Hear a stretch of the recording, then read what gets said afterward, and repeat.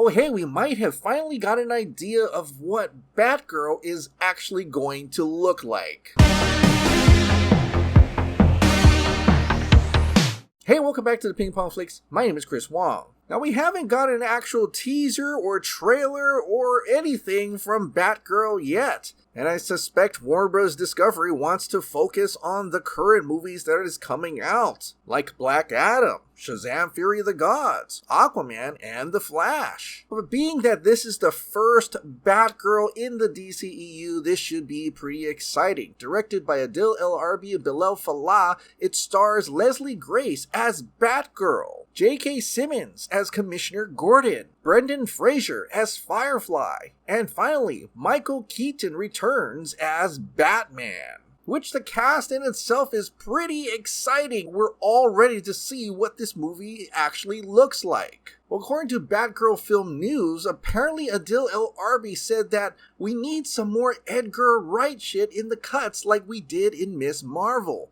The editing in Batgirl is directly inspired by Edgar Wright's style. And for fans of Edgar Wright's style, you can actually see these cuts in movies like Shaun of the Dead and Hot Fuzz. The quick zoom and quick cutting, which is reminiscent to Sam Raimi's quick cut editing as well. And having that Edgar Wright's quick cut editing, you can really feel that this movie is probably going to move really fast, quite possibly have a lot of montages as well. But I'm all about what this movie actually is going to visually look like. And in a recent interview, the director said this: well, the thing is that it's also an origin story, but obviously Batgirl is in Gotham City, so it's going to be much darker than Ms. Marvel. And our main character is older. I mean, she's not a teenager, she already has a job, but I think that we're still going to try to have the same visual vibrancy that is our trademark. You could say, and homages to the comic book, homages also to the animated series of Batman and the Tim Burton movies. So that's what we're trying to do with that. But obviously, it's going to be a bit darker than Ms. Marvel's world. And for comic book fans, if you've seen Ms. Marvel over on Disney+,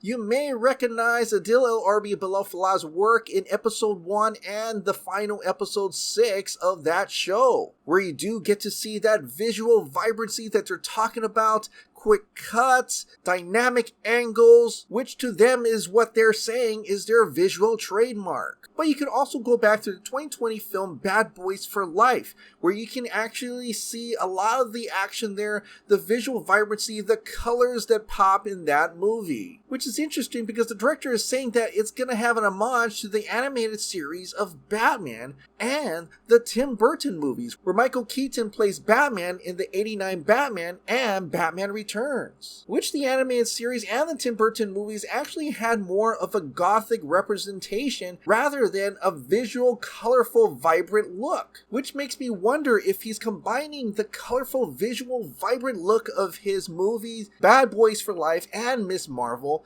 with Batman and Tim Burton movies. Oh my god, is this gonna kind of look like Batman Forever or Batman and Robin, directed by Joel Schumacher? Where it was very stylized, lots of dynamic angles, very colorful? Which got me thinking, when you look back at that one concept art for Batgirl, it is very vibrant, it's very purple, it's very colorful, it's very dynamic. Which makes me believe the Batgirl movie is going to look more like something like, I guess, Batman and Robin and Batman Forever, rather than, say, the current Matt Reeves' The Batman movie, which was very gothic, very dark. Now, I don't think they're actually going to go Joe Schumacher comedy levels. I think we can just count on it being very colorful, very vibrant, but with a little bit of that gothic Batman flair. Like I said before, I think it's going to be a while until we actually get to see our actual look or trailer or teaser for this movie. Even though it's being test screened right now to a lot of audiences, it does have to be in a certain order in the DCEU. And with that being said, Batgirl Film News did put this out.